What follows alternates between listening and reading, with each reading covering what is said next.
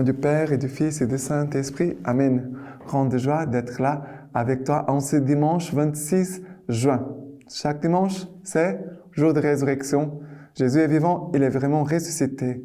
Et nous pouvons vraiment nous appuyer sur lui et vraiment d'être à son écoute pour pouvoir vraiment passer de la mort à la vie, des ténèbres à la lumière, du péché à la sainteté. Il faut que nous nous mettons à son écoute et aussi de le suivre. Non pas seulement de l'écouter, mais de le suivre. D'accord? Et aujourd'hui, la première lecture, c'est le premier livre des Rois, chapitre 19, à partir du verset 16. Tu rendras Élisée, fils de Shaphat, d'Abel Méola, comme prophète à ta place. Celui qui échappera à l'épée de Hazaël, Jéhu le fera mourir. Et celui qui échappera à l'épée de Jéhu, Élisée le fera mourir. Mais j'épargnerai en Israël 7000, tous les genoux qui n'ont pas plié devant Baal, et toutes les bouches qui ne l'ont pas baisé. Il partit de là et il trouva Élisée, fils de Shaphat, tandis qu'il labourait 12 arpents, lui-même étant au 2e. Il y passa près de lui et jeta sur lui son manteau. Élisée abandonna ses bœufs, courut derrière Élie et dit, « Laisse-moi embrasser mon père et ma mère, puis j'irai à ta suite. » Élie lui répondit, « Va, retourne, que je t'ai donc fait ?» Élisée le quitta, prit la paire de bœufs et l'émola. Il se servit du harnais de bœuf pour les faire cuire et donna à ces gens qui mangèrent, puis il se leva et suivit Élie comme son serviteur. Alors ici, c'est l'appel d'Élisée. Dieu a une façon d'appeler chacun de nous. Mais c'est très important de savoir comment Dieu t'appelle, comment Dieu t'a appelé, comment Dieu t'entraîne à sa suite, comment Dieu t'attire à lui. Ici, nous voyons Élie comme prophète qui va appeler Élisée, qui va prendre la suite du ministère d'Élie. Et qu'est-ce qui se passe? Dieu l'a appelé pendant qu'il travaillait, il labourait la terre. Dieu a appelé Élisée au moment où il travaillait. Et Élie passa près de lui et jeta sur lui son manteau. Et le manteau, c'est le signe de l'élection, de l'onction que Élisée va recevoir. Et il va demander de dire au revoir à son père, sa mère. Et qu'est-ce qu'il a fait? Élisée les quitta, prit la paire de bœufs et l'émola. Il se servit du harnais des bœufs pour les faire cuire et donna à ces gens qui mangèrent. Ça veut dire que si les outils de travail d'Élisée, les bœufs et l'harnais, il va se déployer de tout ça. Et là, comme un renoncement, il va renoncer à tout ça. Et il va même détruire ce qu'autrefois c'était pour lui son moyen de vivre, pour montrer que je ne veux plus retourner en arrière. Je ne peux pas revenir en arrière. Ça veut dire que ma vie passée, c'est passé. Maintenant, je commence une nouvelle étape avec mon Seigneur. Parce que ma vie maintenant appartient au Seigneur. Et comme ça, Élisée, il ferme toutes les portes pour ne pas être tenté de revenir dans son passé. D'accord? Le psaume d'aujourd'hui, c'est le psaume 16. Le psaume 16 à partir du verset 1. Garde-moi, ô mon Dieu, mon refuge est en toi. Tu as dit au Seigneur, c'est toi mon Seigneur. Mon bonheur n'est pas au-dessus de toi. Et après, le Seigneur, ma part d'héritage et ma coupe, c'est toi qui garantis mon lot. J'ai béni le Seigneur qui s'est fait mon conseil. Et même la nuit, mon cœur m'instruit. J'ai mis le Seigneur devant moi sans relâche. Puisqu'il est à ma droite, je ne puis chanceler. Aussi mon cœur exulte, mes entrailles jubilent, et ma chair reposera en sûreté. Car tu ne peux abandonner mon âme au Sheol. Tu ne peux laisser ton fidèle voir la fosse. Tu m'apprends le chemin de vie. Devant ta face, plénitude de joie. En ta droite, délices éternelles. Et cette phrase ici, garde-moi, mon Dieu, mon refuge est en toi. Une petite phrase que au moment de notre réveil chaque jour, on pourrait dire « Garde-moi, mon Dieu, mon refuge est en toi ». Ça veut dire « Je veux passer toute ma journée sur ta protection, garde-moi tout au long de ce jour ». Mais aussi, de dire « Le Seigneur est ma part d'héritage. Le Seigneur, c'est lui ma part d'héritage, ma coupe. C'est toi, Seigneur, mon plus grand bien. C'est toi qui garantis mon lot. » Et après, il dit, j'ai béni le Seigneur qui s'est fait mon conseil, et même la nuit, mon cœur m'instruit. Ça veut dire, le Seigneur sans cesse, il me parle. Et être prophète, c'est quelqu'un qui est toujours à l'écoute du Seigneur. Et comme il écoute le Seigneur, il pourra aussi transmettre toujours le Seigneur aussi pour les autres âmes. D'accord? Quelque chose de très important, d'être toujours à l'écoute du Seigneur. En tout temps, là où tu es, tu dois être attentif à la voix du Seigneur. À la lecture divine, tu écoutes la parole de Dieu. Si tu es au travail, tu dois être attentif quand même à la voix du Seigneur, là où tu te trouves. En famille, dans la rue.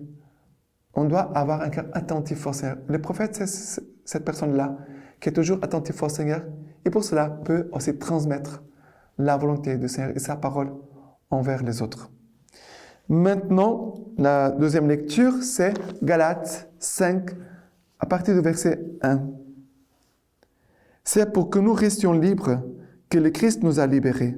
Donc, tenez bon et ne vous remettez pas sous le joug de l'esclavage. Vous, en effet, mes frères, vous avez été appelés à la liberté, seulement que cette liberté ne se tourne pas en prétexte pour la chair, mais par la charité, mettez-vous au service les uns des autres. Car une seule formule contient toute la loi en sa plénitude. Tu aimeras ton prochain comme toi-même. Mais si vous mordez et vous dévorez les uns les autres, prenez garde que vous allez vous entre-détruire.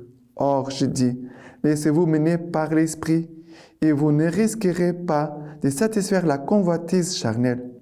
Car la chair convoite contre l'Esprit et l'Esprit contre la chair. Il y a entre eux antagonisme, si bien que vous ne faites pas ce que vous voudriez. Mais si l'Esprit vous anime, vous n'êtes pas sous la loi. Alors, ici nous dit, le Christ nous a libérés pour que nous restions libres. Première chose, vous avez été appelés à la liberté. Que cette liberté ne se tourne pas en prétexte pour la chair. Le Seigneur nous a libérés, le Seigneur nous appelle à la liberté, que cette liberté soit vécue au service du Seigneur.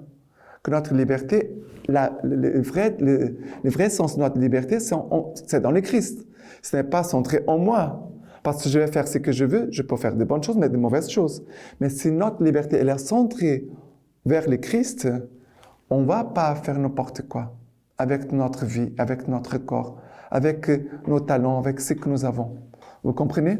La liberté, elle est vécue toujours en relation par rapport à Jésus-Christ, dans l'écoute de sa parole et aussi dans l'action de l'Esprit Saint. Pas c'est l'Esprit Saint, l'Esprit de liberté, qui va nous enseigner à vivre cette liberté et ne pas nous laisser prendre, emprisonner par les convoitises de la chair, ni par les péchés. Mais cette liberté et l'Esprit Saint qui inspire notre liberté, qui conduit notre liberté, elle nous aidera à aimer ton prochain comme toi-même. Ça veut dire la liberté, elle est au service de l'amour comme le Christ nous a aimés. D'accord? Et ici, il y a toujours une parole qui demande vigilance, qui c'est si vous vous mordez et vous dévorez les uns les autres, prenez garde de vous aller vous entre-détruire. La liberté, ce n'est pas pour nous détruire, mais c'est pour nous édifier. C'est pour édifier. D'accord? La liberté, c'est pour nous édifier les uns les autres. Encourageons dans cette voie et ce chemin de sainteté. Et aussi de la charité. Cela représente notre responsabilité. Et maintenant, l'évangile d'aujourd'hui, c'est Luc chapitre 9, partie du verset 51. Or, il advint, comme ça s'accomplissait le temps où il devait être enlevé, qu'il prit résolument les chemins de Jérusalem et envoya des messagers en avant de lui. S'étant mis en route, ils entrèrent dans un village samaritain pour tout lui préparer. Mais on ne le reçut pas parce qu'il faisait route vers Jérusalem. Ce que voyant, les disciples Jacques et Jean dirent, « Seigneur, veux-tu que nous ordonnions au feu de descendre du ciel et de les consumer ?» Mais se retournant, il les réprimanda et se mirent en route pour un autre village. Ici, jusqu'au 62, pardon. Et tandis qu'il faisait route, quelqu'un lui dit en chemin, « Je te suivrai où que tu ailles. » Jésus lui dit, « Les renards ont des tanières et les oiseaux du ciel ont des nids. Le Fils de l'homme, lui, n'a pas où reposer sa tête. » Il dit à un autre, « Suis-moi. » Celui-ci dit, « Permets-moi de m'en aller d'abord enterrer mon père. » Mais il lui dit, « Laisse les morts enterrer leurs morts. Pour toi, va-t'en annoncer le royaume de Dieu. » Un autre encore dit, « Je te suivrai, Seigneur, mais d'abord permets-moi de prendre congé des miens. » Mais Jésus lui dit, « Quiconque a mis la main à la charrue et regarde en arrière est impropre au royaume de Dieu. » Alors, ici, nous voyons que Jésus, comme prophète, il passe. Si les gens ne l'accueillent pas, parce que Jésus, il est fils de Dieu. Mais Jésus, véritablement, c'est lui le prophète. Parce que Jésus est la parole. Les prophètes, ils écoutaient une parole et ils annonçaient cette parole. Mais Jésus, il est la parole. Ça veut dire Jésus, il est le prophète, il est la prophétie, il est l'accomplissement de cette prophétie. Et Jésus passe, si les gens ne veulent pas l'accueillir, Jésus passe outre, va dans un autre village. Et après, il y a ici les exigences de la vocation apostolique. Seigneur, je te suivrai là où tu ailles. Jésus dit, les renards ont des tanières, les oiseaux du ciel ont des nids, mais le Fils de l'homme n'a pas où reposer sa tête. Ça veut dire, si tu me suis, je ne te promets pas grand-chose d'ici-bas. Je te promets la vie éternelle. Mais ici-bas, ça veut dire que Jésus n'est pas en train de nous mentir. Jésus n'est pas un menteur. Il nous parle des exigences. Tu vas me suivre, mais je ne te promets pas beaucoup de confort. Après, un autre, permets-moi d'aller enterrer mon père.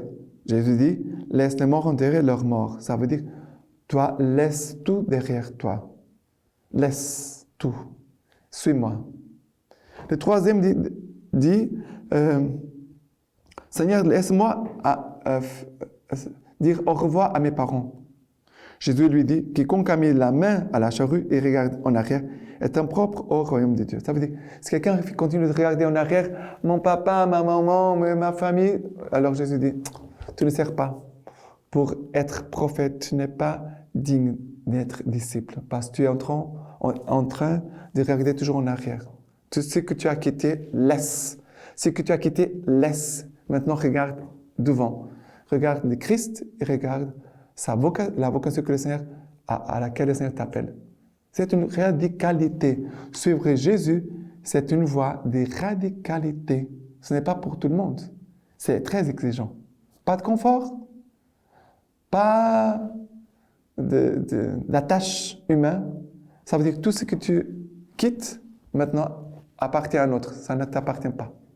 D'accord? Voilà, les exigences pour ceux qui veulent accepter. Mais le Seigneur nous permet aussi le centuple. N'oublions pas. Le Seigneur, dans sa grande miséricorde, celui qui a quitté père, mère, maison, frères et sœurs, à cause de moi et du royaume, recevra 100 fois plus, le centuple. Maintenant, la lecture patristique d'aujourd'hui, de Paul VI. Malheur à moi si je n'annonçais pas l'Évangile, car c'est par lui, par le Christ lui-même, que j'ai été envoyé pour cela. je suis apôtre, je suis témoin. Plus le but est éloigné, plus la mission est difficile, plus est vif l'amour qui nous pousse. Je dois proclamer son nom. Jésus est le Christ, le Fils de Dieu vivant. C'est lui qui nous a révélé le Dieu invisible. C'est lui qui est le premier-né de toute créature. C'est en lui que tout subsiste. Il est le maître de l'humanité et son rédempteur. Il est né, il est mort, il est ressuscité pour nous. Et maintenant, je vous laisse la bénédiction par les mains toutes pures de la Vierge Marie. Que le Tout-Puissant vous bénisse et vous garde, le Père, le Fils et le Saint-Esprit. Amen.